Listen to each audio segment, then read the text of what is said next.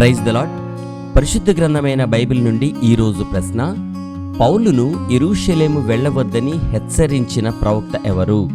Option A మోషే, option B యోహాను, option C అగబు, ఆప్షన్ డి ఇర్మియా.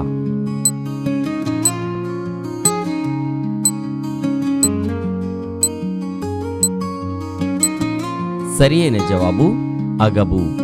మేమనేక దినములు అక్కడ ఉండగా అగబు అను ఒక ప్రవక్త యూదయ నుండి వచ్చాను.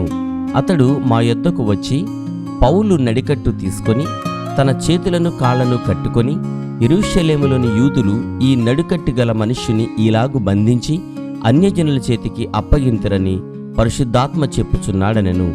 ఈ మాట వినినప్పుడు మేమును అక్కడి వారును యెరూషలేమునకు వెళ్ళవద్దని అతని బ్రతిమాలికొంటిమి.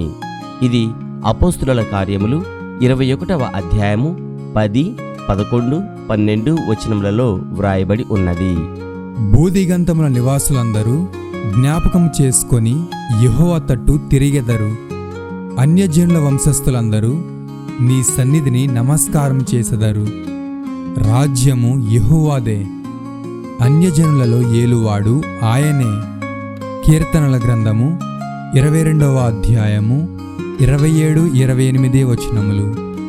Have a nice day.